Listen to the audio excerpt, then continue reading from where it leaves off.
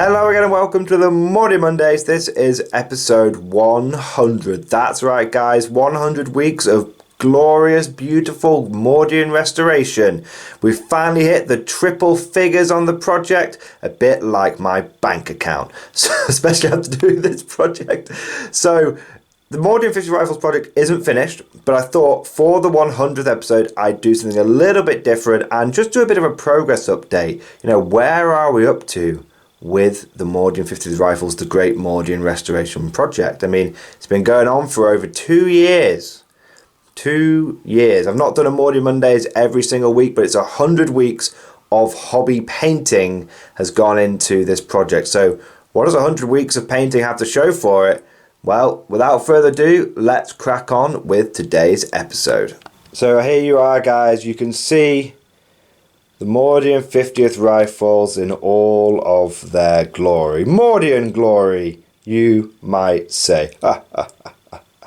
So this is where we're up to guys. This is 100 weeks of painting. Now as I said at the beginning, it's not 100 consecutive weeks. The project is actually well over 2 years old. It's probably more like 2.5. It's not three. It's about 2.5 years old. And it's not like I've only painted Guard in the last 2.5 years. I have also completed Task Force Icarus, so I've painted the whole Scion Army as well. And then there's been my Japanese Robot Action as well. So lots of stuff has been painted over the last 2.5 years. But 100 of those weeks has really been focused on my Mordian 50th Rifles, the Great Mordian Restoration Project. It has been a real doozy. It's been one hell of a project, but we're not done yet. I'd say we're about halfway or 2/3 of the way done. So we've got a long way to go, but we have, I would say, broken the back of the project. So that's all the overview, that's the context, all that kind of good stuff. Let's dive on in and take a look at where we're up to with these platoons and companies and whatnot.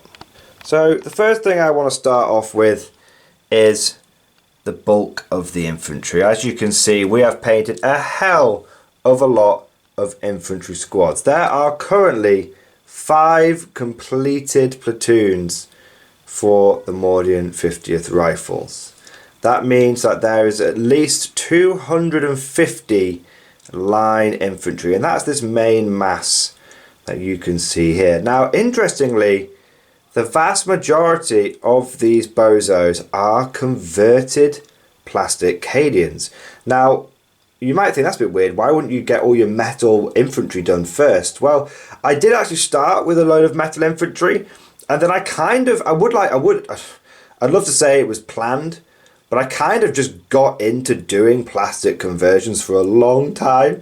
And so you can kind of see where the squad ends. Like I sort of did 8 infantry squads of metal Mordian. Then it was just like, yeah, we're just gonna crack on with like 17 plastic Cadian conversions, and then I've got all my veterans and everything as well. So, about 21 squads of plastic infantry, which is pretty mad. So, I mean, the thing is though, in a funny sort of way, I have kind of done this the right way because the plastic models take a lot longer to restore. The Mordians have got a limited amount of poses, which makes them great for batch painting, and they don't require any conversion work whatsoever. Whereas the plastic models, obviously, I mean, they need converting over, right? They need head swaps doing, they need to be, when you soak them in the Dettol, they tend to fall apart, so you have to rebuild them. So what I would say is, in a funny sort of way, I've kind of done it the right way because I've basically done all of my plastic infantry now. There's probably a couple of squads left, and now I've just got metal Mordians to crack on with, which is really, really good because metal Mordians can be painted much quicker. Well, when I'm motivated to do my painting, it does get it. Sometimes you just want to sit down and play some video games, but when I'm motivated to do my painting, being able to do the metal Mordians is a lot quicker. I used to really struggle to get 10 plastic guys done in a week. It would often take me sort of a week and a half, and then I'd have to do a character or something. But the metal guys, I tend to be able to get a squad done in a week with a bit of wiggle room, which is really, really nice.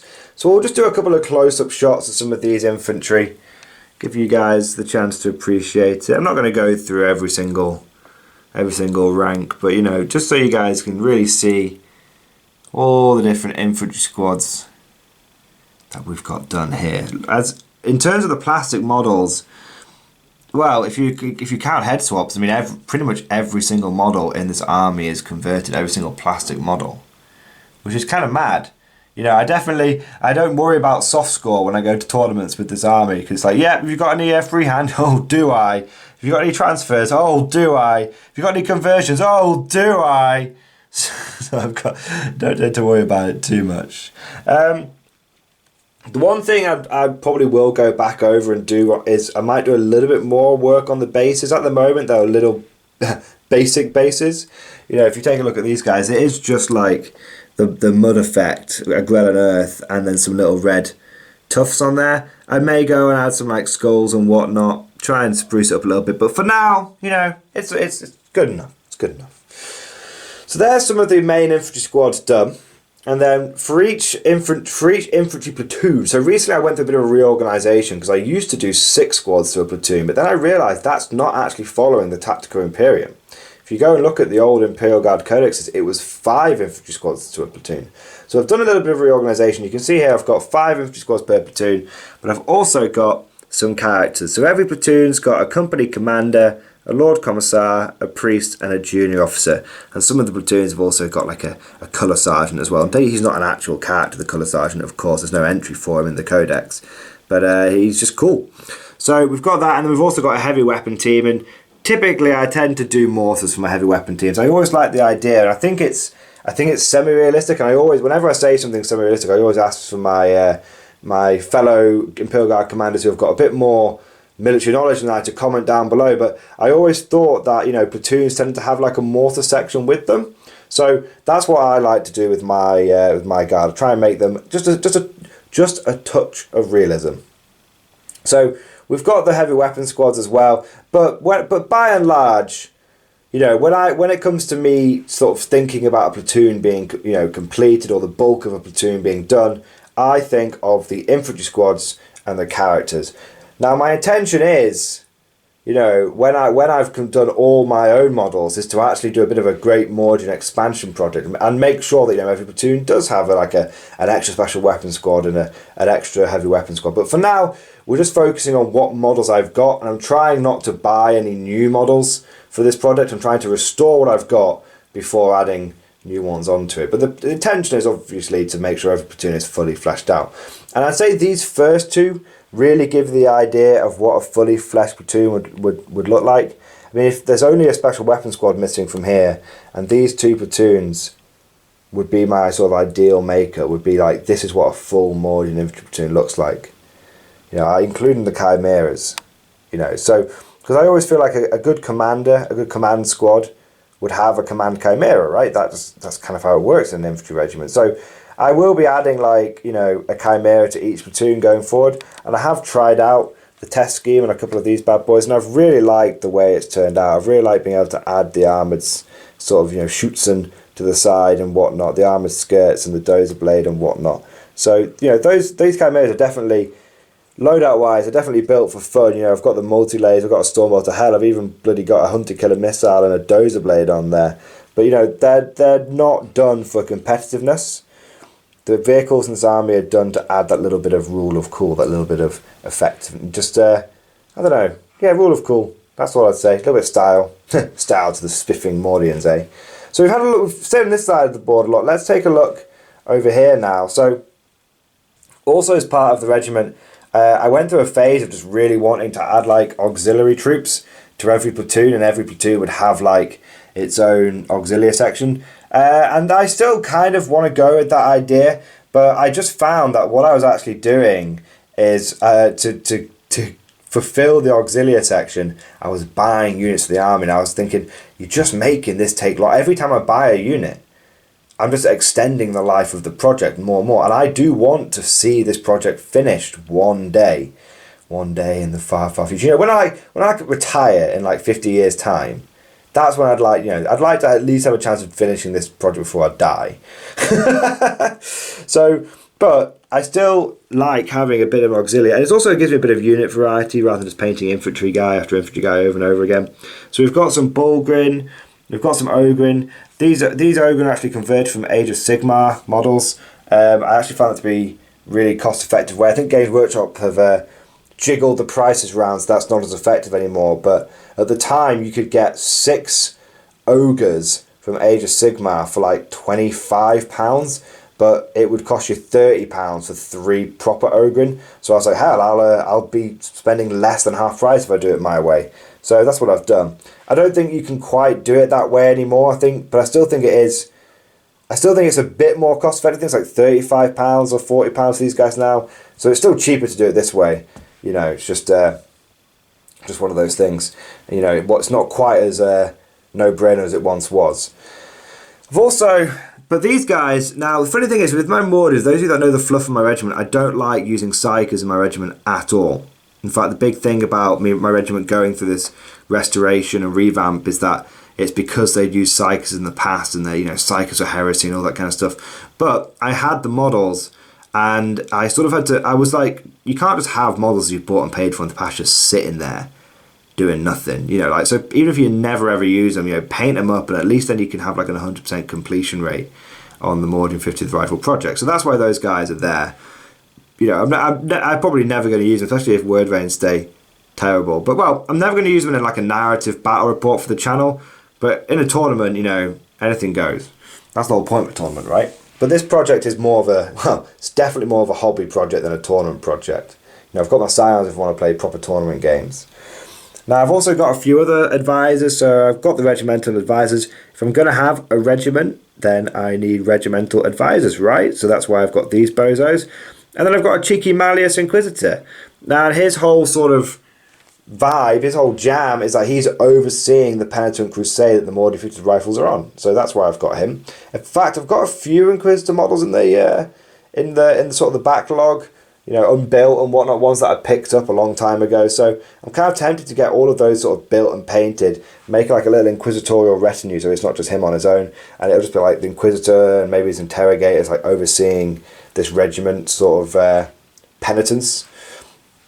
Now over here we've got the Special Assault Corps guys. Now these are all Assault Corps. When I say Special Assault Corps guys, that's just in my head fluff and my head canon. They're basically old school metal stormtroopers. And how I see these guys is, how like Space Marines have got like their first company veterans who are on Terminator armor? Well, the Assault Corps is kind of like that prestigious unit within the Mordian 50th Rifles. I mean, these guys are all guardsmen. They're all pretty well trained, well equipped units. But you can see like, every regiment, like Cadians had Kazakin, every regiment has like its elite corps, like its premier, its creme de la creme, like the Volponi Blue Bloods, the elite, I think it's like the elite 10th Brigade and the Volponi Blue Bloods and all that kind of stuff. The Cotsmart Wyverns, and like if you've read any of the Gaunt's Ghost books, some of these regiments will mean something. And like in the Tanith, like you had the Scouts, which were like the cream of the Tanith regiment, right? Well, for the Mordians, it's the Assault Corps. And they haven't got up-to-date like Kazakin or Scion equipment because they're not Kazakin or Scions. They've not been through the Scholar Progenium. These guys are just very well equipped, basically very well equipped guardsmen, veteran guardsmen. And so you have to be a proper hard-ass, dead-eyed killer to make it in the Assault Corps. And what I like to think, my sort of fluff for this, is that the Inquisitor here, of course, sometimes you just want to be able to draw upon a whole regiment. Sometimes you just need that blunt force, right? But also, sometimes an Inquisitor, you need a scalpel. And so what the Inquisitor uses is he uses the Mordian 50th Rifles as a training ground and a breeding ground for like his inquisitorial stormtroopers that he might need. So often, how I like to envision it is often, units of the Assault Corps will be seconded to the Inquisitor to perform a particularly deadly mission, or the Inquisitor will use them for a particularly interesting or sneaky task. Because these guys, your normal Mordian sort of infantryman, he's pretty by the book, shall we say. But one of the sort of contrast, juxtapositions, paradoxes of the Assault Corps, whatever you want to call it, is that they don't just think like Mordians, they are trained to think like stormtroopers, and sort of the idea for them and the training for them comes from sort of ex-Cadians which have been folded into the Mordian 50th Rifles. So there's a little cool bit of headcanon there. And then over here we've got the veterans. I always like to have a veteran squad, quite a few veteran squads. So we've got 4 veteran squads here. Each one of them's rocking a cheeky plasma gun. So we've got loads of veterans and everything. It's all good. And now I can give you a little sneak preview of what I've been working on. You see, we've not quite got 2 full companies yet. I was really hoping by the 100th video I'd have 2 full companies, but what we've got here for the Mordian Infantry rifles is 1 full infantry company, which is 3 platoons, and then we've almost got another full company, which is these guys over here. You see we've got these sort of 2 platoons here. So when that 3rd platoon's finished, which I'm already like 19 riflemen and an officer in, when they're done, when I've got the full 3rd platoon of 2nd company done, I'll have 2 companies for the Mordian 50th rifles. And then I just need to get 1 more company done. If I can get 1 more company done, then I will have a battalion. And when I have a battalion, 1 battalion is the minimum that you need for a regiment. Which means if I can get that last company done, then I will have 1 full regiment of Imperial Guard. That's what we're aiming for, guys. That's what we're aiming for. In a funny sort of way, you know, my intention is to have like 3 full infantry companies and then have this stuff as like a support company on top of that. We'll see how it goes, obviously. See how many infantry we can get done as part of the Great Mordian Restoration Project. But you know, I have been tempted for a while now to see where we are once we've got everything done. And if it looks like, look, you've got 2 full companies, but you've got a load of these support elements as well, then I might make the 3rd company consist of all the heavy weapon teams, special weapon teams, auxiliary, veterans and assault corps, and have that as the 3rd company, and then the project will be done, which is kind of crazy. So it's at this point, guys, it's kind of up to me how far I want to push the project. You know, do I just finish off that company there and then lump all of this stuff in together to make a 3rd company? You know, all the assault corps, that's 1st company, all the veterans, that's 2nd company, 1st platoon, all the veterans are 2nd platoon, and all the auxiliary stuff is 3rd platoon. That could be 3 companies, that could be the regiment. It's tempting. We'll see where we are. We'll see how many models I've got left to dive through. To be fair, I probably still have like another 100 or so, 100 and 150 infantry to get through. So more than likely I'll have enough infantry to do that sort of, you know, that 3rd company anyway, without having to sort of resort to having the 3rd company as a sort of support one. We'll see how it goes. Hey, you never know, I might end up with 2 battalions. How crazy would that be? Anyway, guys, hope you guys enjoyed this video. Hope you guys are excited, and hope you guys can see, like, oh, look how much progress has been made. I feel like I'm a little behind where I want to be, but I'm also pretty proud of how, you know, sort of how far I've come. I mean, it's a lot of infantry. I was getting it all out, and I was like, wow. Sometimes you don't realise how much you've painted until you get it all out in front of you. I mean, I've pretty much filled like a Games Workshop regulation size board here. So not too bad at all. Now I'm sure some of you will be wondering, how many infantry have you actually painted? How many models are a part of this project? Well, if you include the 20 or so guys that I've done as part of the 3rd company already, then I have exactly 404 infantry models painted up for this project, and that's not including the 2 chimeras as well, who I think I've got like a crew of 4 each technically, so you could say I've got 412 models painted or something like that, but 404 infantry and 2 vehicles have been painted up. Anyway, guys, hope you enjoyed this video. Thank you for watching. I hope you look forward to more Mordian Mondays, and of course I'll see you guys next time.